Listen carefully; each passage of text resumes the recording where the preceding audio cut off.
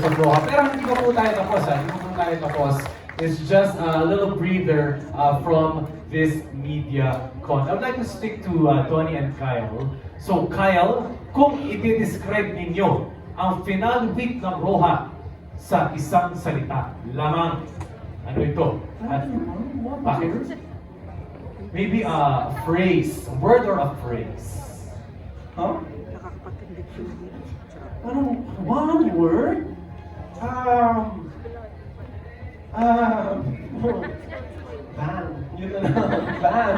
Bang! Bang. Bang! Oo. Kasi ba action? Yeah.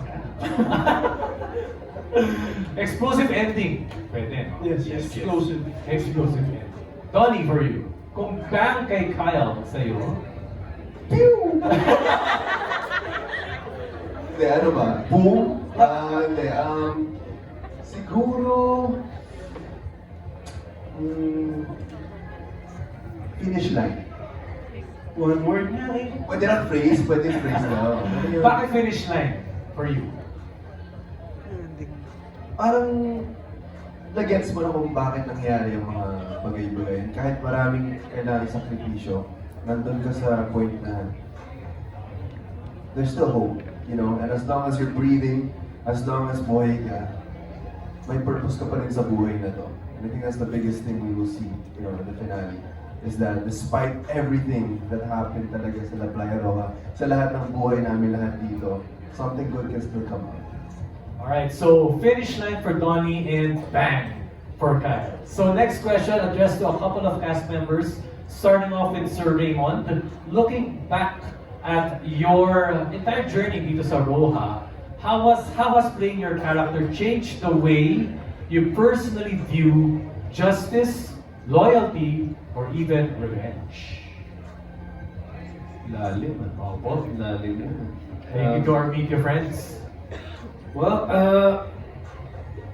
how did I apply it to my life? Yes, sir. Justice, Mahirap loyalty. kasi pag sinabi kong hindi kami nagkakalayo ni Magnus, maraming isipin sa akin ng tao, hindi naman. Siguro yung values,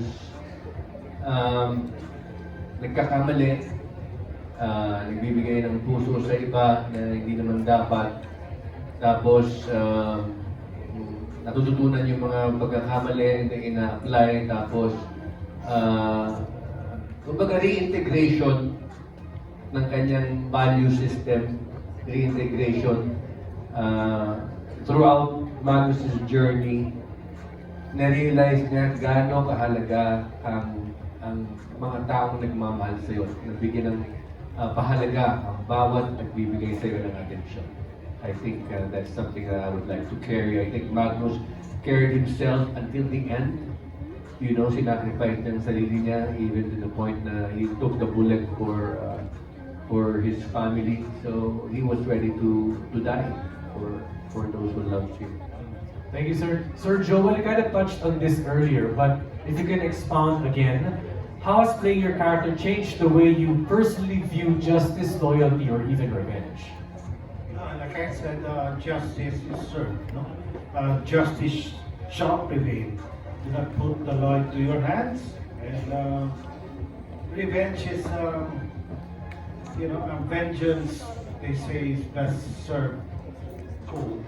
Pero the thing is, it has its own process. Kailangan you have to trust in the law, in the universal law, that justice shall prevail. And crime does not pay in the long run. If you're not served here in this world, maybe in another world, you will have to repay for the things that you have done. So, So do good, so good things will come. yep. Thank you, Sir Joel. Miss LT, sa inyo po. Sabi na lahat. Pero yung sa justice, kumbaga talagang ending, lagi yan, masakit. Lagi merong katapat sa pagkakamali mo. May katapat ng paghuhusga. Now, sa loyalty, it pays to be loyal. Siyempre, lagi. Maganda na nandun ang loyalty. Kahit naman kanino sa bawat tao, kahit na mga kaibigan mo, mas makikita mo na mas matagal yung nakakasama mo, lalo na kung may loyalty. Now, revenge, hindi wala sa kamay natin. Maaaring merong batas at merong batas ng Diyos. Thank you, Ms. LT. Ms. Janice, sa inyo po. Justice, you need to believe in justice kasi that's hope. That's also hope. If you continue to hope for justice, it will be a reason for living. Now, pagdating sa loyalty, loyalty is super important. Loyalty to family, loyalty to friends, loyalty to yourself. Thank you. Yasi, for you. Justice, loyalty, or revenge? Justice I think is also hope. Something na dapat hindi tayo mawalan ng pag-asa na magkakaroon ng justice. Loyalty, I love loyalty because parang pag na-experience mo yun with the right people, they can really take your life and make it so much more beautiful kapag ka nare-reciprocate ang loyalty na binibigay mo sa kanila. And then revenge, kasi wala na akong oras para dun eh. Wow! I try to be very, very positive. So parang revenge, I think, as much as possible, my old self, parang bigat-bigat pa sa loob ko yan. Parang isipin ko, wala, kailangan isang araw, ganyan. Hindi pwede yung mangyari sa akin, parang gano'n. Pero ngayon, day by day, I just really try to look forward, hindi na masyado look at the past. Kasi yung revenge, vengeance din yun eh, di ba? Na mabigat yung pakiramdam. So positive na lang. May para sa'yo? Yung justice tsaka revenge po, kasi believer po ako ng Panginoon, talagang lahat sinisurrender ko yung dalawang din sa Kanya. Lalo na po yung revenge. Kasi sabi niya, vengeance is mine. So ibig sabihin, nasa Kanya yung, kumbaga, lahat ng karma or consequences dun sa taong yun. Yung sa atin lang, kapag may naggagawa ng yung taong mali sa akin, I just have to trust God talaga and put my faith in Him na siya na yung magbibigay ng justice na yun. All I have to do is to be still. So, yung sa loyalty naman po, hindi lang loyalty sa mga tao. More like sa choices ko. Loyalty ko sa vow ko. Kasi yung pagiging mabuting tao, choice siya eh. Yung pagiging yung kindness po towards others is a choice. So, yung loyalty ko nandoon. Kasi kung hindi, mawawala ako. Kyle? Abot pala sa akin. When it comes to justice, kasi I feel like justice is something that's meant to happen. It's something that you wish for, but it's not something that you work towards if it going to the other person. It's something that, tulad po na sinabi ni Mike, it's God's will, God's doing, and I believe that's something that this country deserves now, which is justice. A lot of us deserve justice in what's happening around the world. When it comes to loyalty naman, I think it's something that it goes hand in hand with love, a true love and a real love for someone. You to be loyal to that person, or even loyal to yourself. It works in all different ways. When it comes to revenge, naman ako kasi, I never wish for revenge because I feel like when you're looking for revenge against another person, it's more favored to the other person more than it is to you. You have to learn how to forgive and forget. Because when you're able to forgive and forget, you're also forgiving for yourself. You're also letting go of that hurt na binigay sa yung tao yun. So, nasa sa'yo lang. Such wisdom. Thank you, Kyle. For you, Donnie? No, I agree. You know, katulad ng sinabi ni Tito Joel, yung justice talaga, there's a process, you know. And that's why we have a system. And hopefully the system can be better, syempre. Pero hindi naman natin pwedeng sabihin na, hindi, ito ang gagawin ko, magiging Robin Hood ako. Kasi ito naman nangyari sa Lataya Roja. Did something good come out of it from their end? Di ba ang dami rin namatay, even from their side? Hindi naman yun yung plano din eh. Tapos ano yung next? Justice, sa loyalty. I mean, everything, leads back to loyalty. Kung walang cheating involved or breaking of trust, I don't think mangyayari itong hostage taking. Kasi doon nagsimula, di ba, yung mga problema, nagkaroon din ng gambling problem. But you can't, just see the faults of one side kasi lahat naman tayo may pagkakamali. So I think your word is the most powerful object that you can have. And the most powerful thing that you can have. Kasi that's so important. Money cannot buy loyalty. Money cannot buy your word. that's something that you have to cherish and really keep into account that this is very important. And then revenge. Yeah, there's so much hate already, di ba? Sa mundo natin. Sometimes we just have to let God do the revenge, you know. And as much as we can have grief, which is okay mag-grieve, we shouldn't take it into our own hands na hindi kailangan mangyari sa kanya, kailangan itong mangyari. Kasi, what if yun yung iniisip natin, nakakalimutan natin na parang mas nagiging stress tayo, mas tayo pa yung nagkakaroon ng problema kaysa sa tao na yun. Kasi palagi natin iniisip, kailangan niya na na masaktan, na kailangan na may mangyari. Parang, it's much better, of course, as easy as is said, di ba? To just, you know, let go and let God. And as long as you do your part, you know, that's the most important thing. Pasok na pasok yan syempre to everybody here na relate tayo sa justice, loyalty and revenge kapag tayo ay nasaktan, di ba? Gusto natin bumawi. Pero importante, let go and let God. And just be kind and let it take care of the rest. Thank you for your answers. I'll stick to Donnie and Kyle. Okay, so fans are curious. Was there ever a moment in the story where you personally disagreed with your character's decision? And if meron, Kyle, I'll start with you, how did you approach performing that scene? Nagkaroon ba? Ilang beses, honestly. Ilang beses talaga si Olsen pahamak eh. He gets himself into different situations na hindi naman kailangan na minsan madadami pa lahat. Kasi pag inuuna mo yung puso mo, hindi mo iniisip, malaking pagkakamali din yan. Nagkakaroon ka pa ng problema at madadami pa yung iba. So you have to think with your mind before your heart, but don't forget to always use your heart. Donnie, for you? Siyempre marami din. Si Liam kasi may blind spot yan eh. Of course, you have to use your heart, but if puro emotions lang ang gamit mo, madadali ka. Hindi nangyari sa akin. Sobrang close kami ng mami ko, sobrang mahal ko siya. Kaya yun yung driving force ko. At sa sobrang mahal ko, hindi ko alam siya pala yung mastermind. Kasi ayokong isipin eh. Hindi ako papayag na hindi, posible, nanay ko yan. Hindi niya magagawa yan. But sometimes, you have to look, may blind spot ba ako? Look within, di ba? Or look at the people around you, you know? Maybe be accountable to some people. Kasi sila masasabi. Minsan, may mga bagay sa sarili mo na ayaw mong i-admit sa sarili. And I think yun yung biggest problem kay Liam. Ang laki ng blind spot niya sa mga taong mahal niya. Which is okay to love, but at the same time, maybe sometimes kailangan may boundaries. And that's what I really learned with him. So yeah, we would disagree in terms of, you know, that process. But that makes Liam who he is. And also Olsen, di ba? Kaya din namin in-approach yung mga eksena na ganun. Kasi hindi naman perfectong tao yung dalawa. Okay, so now this question is for Kai, Yasi, and Maymay. So Kai, I'll start with you. If Roja were remembered for just one thing, 5 years from now, what would you hope that legacy would be? 5 years from now. Grabe. Tough question. Nakaka-pressure yung question. Pati si Donnie na pa, wow eh, oo. One word lang. A phrase siguro. Sige. In 5 years. Yes. Oh my goodness.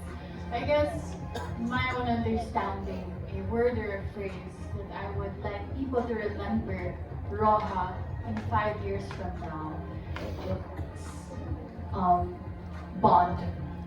The word bond itself. Because simple bonds that the characters in Roja think that isn't gonna be a big thing, turned out to be the biggest chaos and the biggest plot of the whole story. If Miss Janice's character wasn't bonding with so many people, it wouldn't have bonded so many hostages and hostage takers. And I know the word bond is positive, but take it literally. The word bond bonded lots of people, lots of bad people and good people. And by the end of the story, makikita nyo na that bond is still there. And let's not forget that the two lead characters is the biggest example of what a bond is. Liam and Olsen. So I would want the people to remember bond. Bond for Kai. Maymay. Siguro po 5 years from now or forever. Sure. Gusto ko talaga yung matutunan ng mga tao dito ay walang magandang naidudulot sa hindi pagpapatawad. So, kagaya ng sinabi nila ng forgive and forget, yun yung talagang feeling ko ang pinaka magandang key para mapayapa ang lahat. So, yun po. Thank you, Maymay. Yasi? Ako po, I think and hope that when people think about Roja, 5 years from now, maisip po nila ay red. Kasi Roja is red, so ayun, sana po hindi po natin makalimutan. Na-joke lang po. Kidding aside, I think resilience, dahil po ang lahat po ng mga karakter dito sa dulo ay hindi po talaga sumuko. Hindi sumuko na ipaglaban kung ano yung paninindigan nila at paniniwala at ipaglaban yung mga taong mahal nila. Thank you, Yasi. Once again, palakpakan naman po natin ang cast and characters of Roja. And as we approach the conclusion of this MediaCon, isang final message na po from all the cast and characters, starting off with Kobe. Okay, so this question is for all. If you could say one final message to your character before saying goodbye, what would it be? Maki,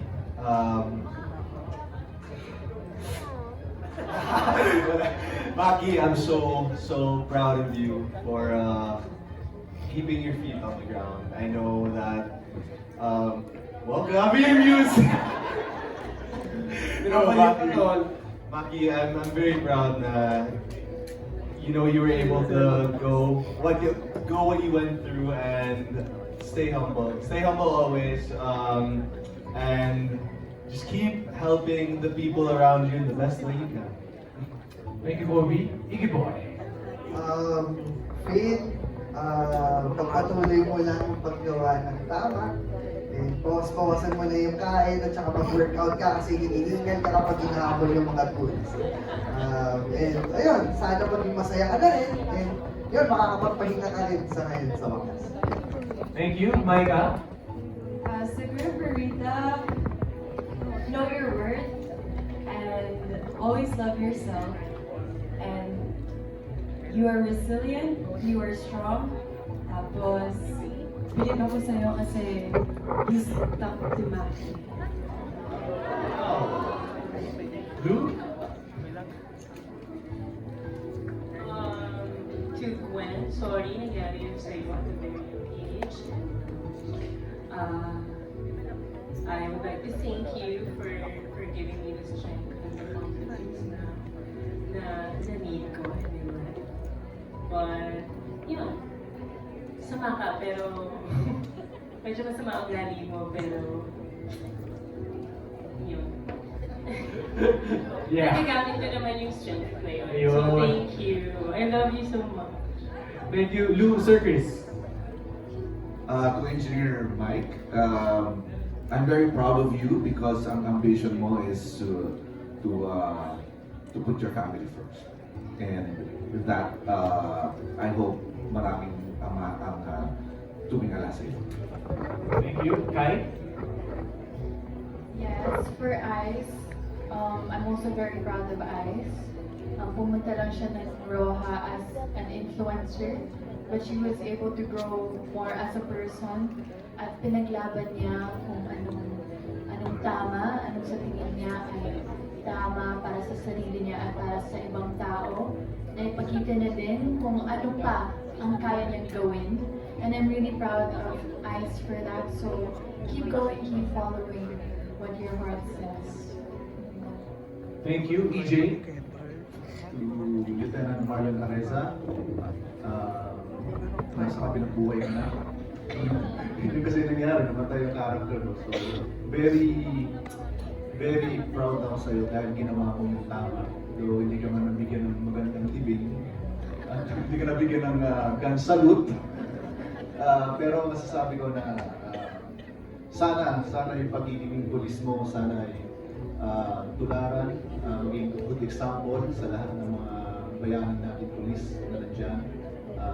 pag napanood ka nila, sana makita nila na ito yung dapat gawin ng isang alagad ng taas. And maging hero. Thank you, Sir Raymond. Magnus, maraming salamat that you allowed me to live in your shoes for about 4 or 5 months. You allowed me to put my heart and my soul into your character. I became you, you became me. And all your little world of Roja that you interacted with, maraming salamat sa experience. At sana manatiling mapanood ka ng mga tao for a long time kung saan mga platform for streaming. So goodbye Magnus, maraming salamat. It's a pleasure to be here. Thank you, sir. Sir Joel. Emil, kanta na. I think like forgiveness is the beginning of wisdom. It's very hard to forgive. Like they say, the hardest lesson in life is to love your enemy. But then for self-preservation and for your survival, you have to do the impossible to be positive about what you're doing. If only I can reverse what you did, Emil, ito yung gagawin ko. I shall forgive. I shall love my enemy if I can. And then survival. Survival is best. What's best for everybody, not what's just para sa'yo lang. Kasi dahil sa ginawa mo, ang daming nadamay. So that will be a life lesson. Thank you, Miss LT. Greta, nakakaimita. Ang pagmamahal mo. Pero maraming salamat sa huli. Naging isa kang umawit ka sa pagiging isang kaibigan, asawa at anak. At ina. At isang ina. Thank you po, Miss Janice. Wendy, in as much as love was the very reason why you had so many mistakes, love was also the love for your son was also your fuel to survive and make sure that you would have more years with your son. So Wendy, continue loving. Yasi? Ako, gusto ko magpasalamat kay Ayan. Ayan, ikaw ang dahilan kung bakit nakabalik ulit ako. Thank you dahil nakasama ko itong mga taong to. Thank you for giving me an opportunity to be a part of Roja. Ayan, tama na maging sobrang mahal na anak. Ang mali mo lang, pinakamalaki mong pagkakamali ay nagmahal ka ng maling tao. At kung babalik rin ko lang din yung mga ginawa ni Ayan siguro, Ayan, antayin mo na lang na makalabas yung tatay mo sa kulungan at hindi ka na umawag sa panalim. Thank you, Yasi. May mic. Luna! Unang-una, maraming salamat dahil ang dami ko natutunan sa'yo. Natutunan ko mas maging matapang at to stand up for myself talaga. At hindi hayaan at kapak-kapakan lang ako. So, isa din sa mga pinapasalamat ko, napamahal ako sa action. Kaya asahan mo na kukuha pa ako ng mga action trainings para habang buhay kang nasa puso at isipan ko. Thank you, May Kyle. Message ko para kay Olsen. Olsen, salamat dahil nagmahal ka. Inuna mo yung mga taong mahal mo at nagmamahal sa'yo. Kahit minsan nakakalimutan mo sarili mo, I think that's the most beautiful thing about Olsen is he has a big heart and he wants everyone around him to be safe and feel loved. He also learned how to forgive even though kahit sobrang mahirap magtiwala pagkatapos ng siguro nagkaroon ako ng 3 tatay sa show. I had like 3 different dads. Nagsinungaling sa akin yung mama ko pero pinili niya pa rin mahalin yung nanay niya kasi siya yung pinaka-importanting tao sa buhay niya. And yun, siguro thank you for teaching me how to love and how to forgive. And of course, Donnie. I think before I give a message to Liam, I just want to thank all our supporters and audience ng Roja kasi wala talagang show kung wala yung audience natin. And hindi talaga madali yung pinagdaanan namin dito lahat. Hindi nila makita yun, pero we really went through a lot putting up this project. And I'm just so privileged to have gone through this with such amazing people, such talented cast members.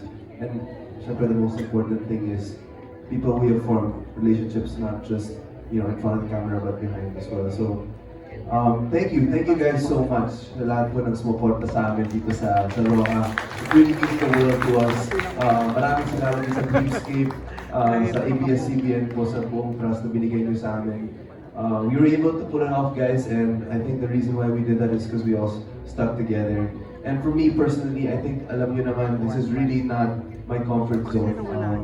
Sobrang bago to para sa akin. And I was entering this project not knowing, what would come out of it. Kasi wala talaga akong expectations for myself. But I really learned so much from every single one of you, all of you, not just your characters, but just how you guys are. So it really is an honor sharing this with you. And because of that, I really see that I really want to continue to learn.